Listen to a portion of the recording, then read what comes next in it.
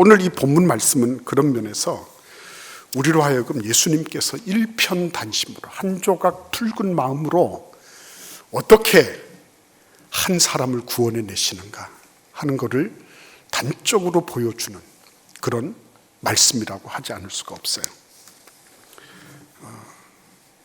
제자들이 예수님이 우물가에 계신 것을 보고 점심 식사를 준비하기 위해서 갔다가 왔어요. 근데 보니까 예수님이 한 여인하고 대화를 나누고 계신 거예요.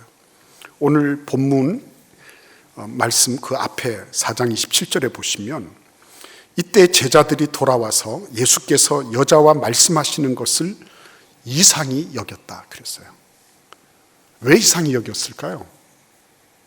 그렇죠. 이 여자가 사마리아 출신이었기 때문입니다.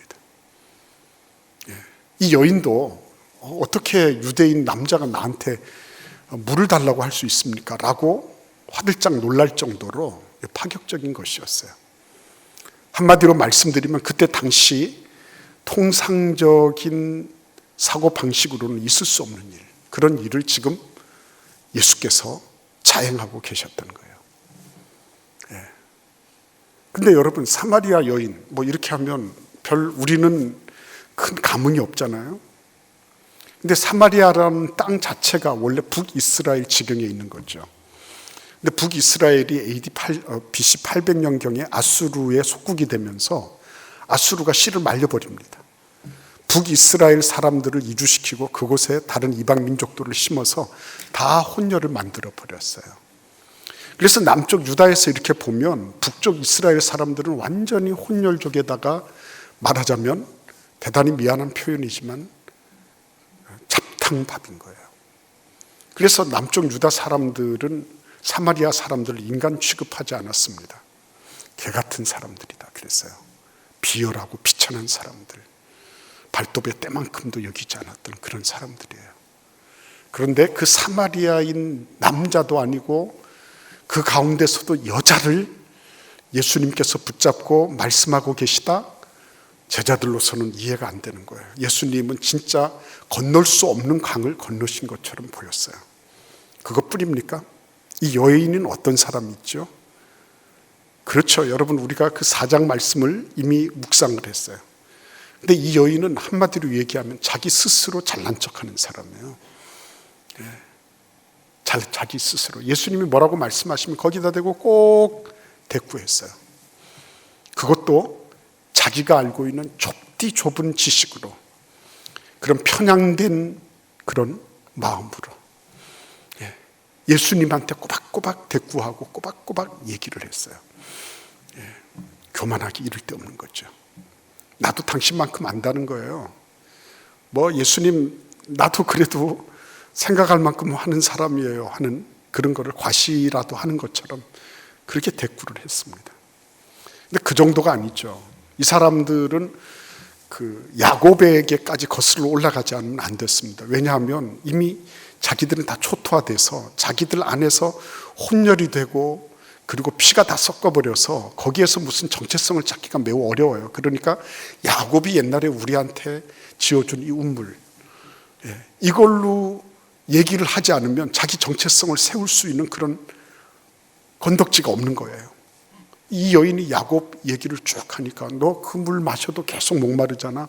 나는 내가 목마르지 아니한, 마셔도 다시 와야 되는데 마시면 목마르지 아니한 그런 생수를 주겠다. 깜짝 놀랐죠. 그죠? 근데 예수님 뭐라고 말씀하세요? 이 여인이 나도 그런 물을 주십시오. 그러니까 너 내 남편 데리고 와라. 난 남편 없습니다.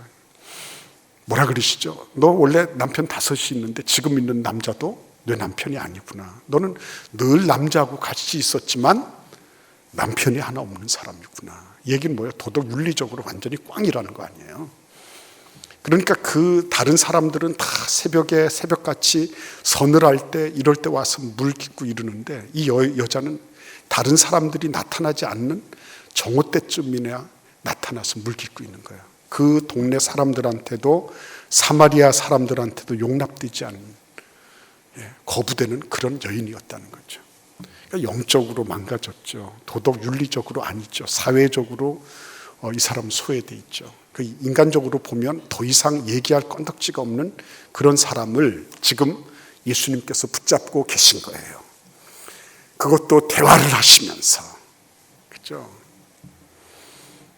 그러니까 그 장면을 제자들이 보면서 이상하게 여기지 않을 수 없는 그런 상황이 된 것입니다. 예수님 왜 저러시지? 근데 그렇게 하신 이유가 어디에 있습니까? 마태복음 12장 20절에서 21절 말씀에 보시면 예수님에 대해서 구약 성경을 인용해서 이렇게 말씀하고 있어요. 상한 갈대를 꺾지 아니하며 꺼져가는 심지를 끄지 아니하기를 심판하여 이길 때까지 하리니 또한 이방들이 그의 이름을 바라리라 함을 이루려 하심이니라 그랬습니다. 여러분, 상한 갈대를 꺾지 아니하며 꺼져가는 심지를 끄지 아니한다고 말씀하셨어요. 이 여인은 상한 갈대예요. 이 여인의 삶은 꺼져가는 그런 심지와 같아요. 인간적으로는 희망이 없습니다. 그 여자는 자기 나름으로 신앙적인 혹은 종교적인 지식이 있다고 막 떠벌어댔지만 다 그건 죽은 지식이에요. 하나도 자신의 삶을 윤리 도덕적인 그런 면으로나 영적인 면으로나 그것을 다시 일으킬 수 있는 힘이 없는 사람이에요. 꺼져가는 심지와 같은 그런 인생. 근데 그것을 마저 끄지 않으시는 거예요. 이거 상했다고 해서 마저 꺾어버리지 않으시는 거예요. 어느 때까지? 심판하여 이길 때까지. 절대로 포기하지 않으신다는 거예요. 너의 모습이 어떻든지 간에, 네가 어떤 여정을 거쳐왔든지 간에, 너의 현재의 현황이, 현재의 상황이 어떻든지 간에 절대로 포기하지 않겠다. 그것을 어디까지 하신다고요? 심판하여 이길 때까지 나는 너를 놓지 않겠다 하시는 거예요. 건강하고 그리고 제대로 개념이 장착되어 있는 제자들의 그런 정신으로는 도무지 용납할 수 없는 그런 모습이에요. 그렇죠. 예수 믿는 거는요, 제대로 된 정신, 세상적인 표준으로는 절대 믿을 수 없어요. 예수님은 세상의 일반 통념들, 사람들이 가지고 있는 일반 상식으로 예수 믿는 거 아니에요. 제자들은 그것으로 예수님을 판단했습니다. 그러니까 이상해 보이는 거예요. 이상해 보여. 예수님이 맛이 가셨나? 대단히 미안한 말씀이지만 예수님 왜 저러시지? 저 사마리아 저 여자, 아마 그 여인의 그 비하인드 스토리를 들으면 더 놀랬을 거예요. 저런 여자하고 말씀을 예수님이 섞고 계시냐? 이렇게 나왔을 거예요. 근데 우리는 예수 그리스도가 그 여인을 상식적으로 대하시거나 사회적인 통념으로 대하신 것이 아니라 정말 상한 갈대를 꺾지 아니하시고 꺼져가는 심지를 끄지 않으시면서 심판하여 이길 때까지 하시는 그 예수님의 한 조각 붉은 마음이 지금 그 여인을 계속 붙잡아가고 계신 거예요. 여러분 어디까지 가시는지 한번 볼까요? 우리 같이 한번 요한복음 4장을 펼치시고 9절 말씀을 읽어보도록 하겠습니다. 요한복음 4장 9절에 이 여인이 예수님을 향하여 뭐라고 말하고 있는지 우리 같이 한번 읽어보도록 하겠습니다. 9절입니다. 사마리아 여자가 이르되 당신은 유대인으로서 어찌하여 사마리아 여자인 나에게 물을 달라 하나이까 하니 이는 유대인이 사마리아인과 상종하지 아니함이로라. 불구대천의 원수예요. 근데 이 여자가 예수님을 보면서 당신은 유대인으로서 어찌하여 사마리아 여인인 나에게 물을 달라고 합니까? 라고 말했어요. 그때 이 여자의 눈에는 예수님이 누구로 보였어요? 유대인 남자로 보인 거죠. 근데 여러분 12절 12절을 보시겠습니다. 같이 한번 읽어볼까요? 우리 조상 야곱이 이 운물을 우리에게 주셨고 또 여기서 자기와 자기 아들들과 짐승이 다 마셨는데 당신이 야곱보다 더 크니까. 예수님께서 그러셨거든요. 너 매일마다 물 길러 오지. 그런데 나는 너한테 생수를 너한테 줄 거야. 네가 나한테 구하면 생수를 줄 거야. 그랬더니 이 여인이 이거 야곱 때부터 있었던 운물이거든요. 우리는 여기서 계속 운물물 길어먹고 있어요. 문제 없어요. 이렇게 하면서 당신이 혹시나 야곱보다 더 큰 사람입니까? 이렇게 물어보는 거예요. 약간 이제 뭔가 이렇게 감이 오기 시작하는 거예요. 뭔가 이분이 야곱보다 더 클 수도 있겠다, 뭐 이런 생각들이 있죠. 이게 와서 닿은 것입니다. 근데 그 다음을 보시겠습니다. 19절을 보시기를 바랍니다. 19절을 읽겠습니다. 여자가 이르되 주여 내가 보니 선지자로소이다 그랬어요. 예수님께서 너 내 남편 데리고 와라. 그랬더니 저 남편 없는데요.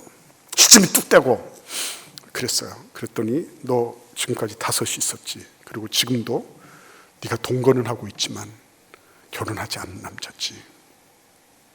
예수님께서 정확하게 그 여인의 정곡을 찔러서 말씀하신 겁니다.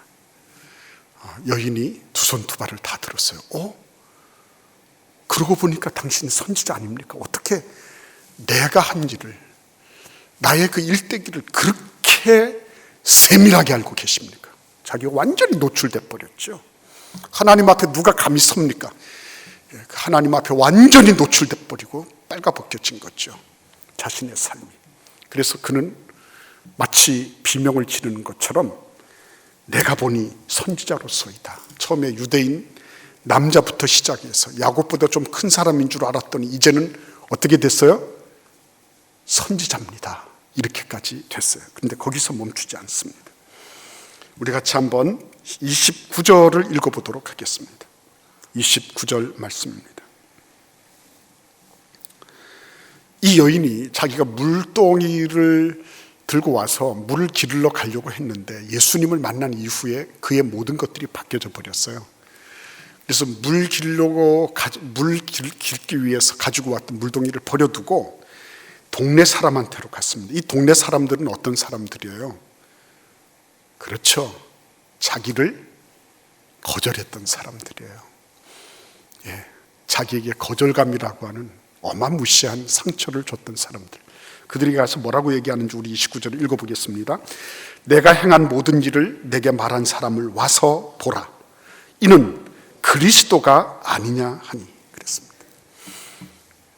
뭐라고요? 그리스도가 아니냐. 내가 행한 모든 일을 내게 말한 사람을 와서 보라. 이분이 바로 메시아시다. 이렇게 얘기하는 거예요. 본인이 뭐라고요? 예수님을 메시아, 그리스도라고 고백하게 된 것입니다. 여러분, 이 과정이 어떻게 해서 이루어졌다고요? 예수님께서 이 여인을 포기하지 않으시고 당신 유대인 남자, 여기서부터 시작을 했어요. 근데 그 다음에는 야곱보다 더 큰 사람입니까? 그 다음에는 선지자입니까? 당신이. 그 다음에는 정말 당신은 나의 행한 모든 것을 나에게 말하신 메시아십니다. 여기까지 온 거예요. 그 여인이 가지고 있는 사마리아인으로서의 그런 여러 가지 자기 합리화와 이 모든 것들을 예수님은 하나하나 다 들추어내시고 그거를 다 치워주시고 제거하시면서 손을 꼭 붙잡으시고 가셔서 마침내 심판하여 이길 때까지 예수님은 중단 없이 오신 거예요. 마찬가지입니다. 지금은 답답할 수 있어요, 여러분. 지금은 내가 뭔가 이 긴가민가 할 수 있어요. 그러나 예수님은 우리를 향해서 절대로 포기하지 않으세요. 여러분, 오늘 이 말씀해 보시면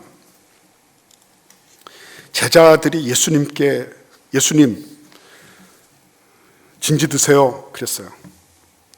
그랬더니 예수님께서 하신 말씀이 너희가 알지 못하는 양식 나한테 있어 그랬어요. 우리 같이 한번 33절 말씀 34절까지 읽어보겠습니다. 제자들이 서로 말하되 누가 잡수실 것을 갖다 드렸는가 하니 예수께서 이르시되 나의 양식은 나를 보내신 이의 뜻을 행하며 그의 일을 온전히 이루는 이것이니라.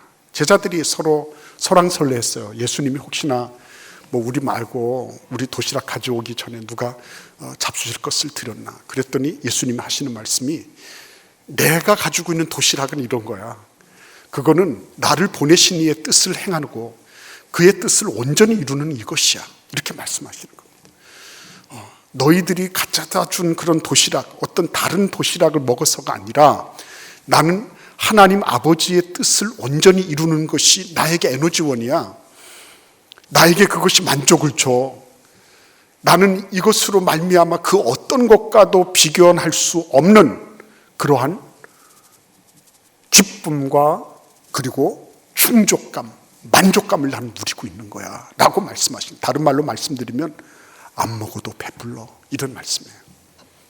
안 먹어도 배불러. 여러분, 안 먹어도 배부른 때가 있잖아요, 그죠? 그런데 예수님은 지금 이 여인을 향해서 우물가에서 대담을 나누시면서 안 먹어도 배부른 거, 왜 그랬을까요?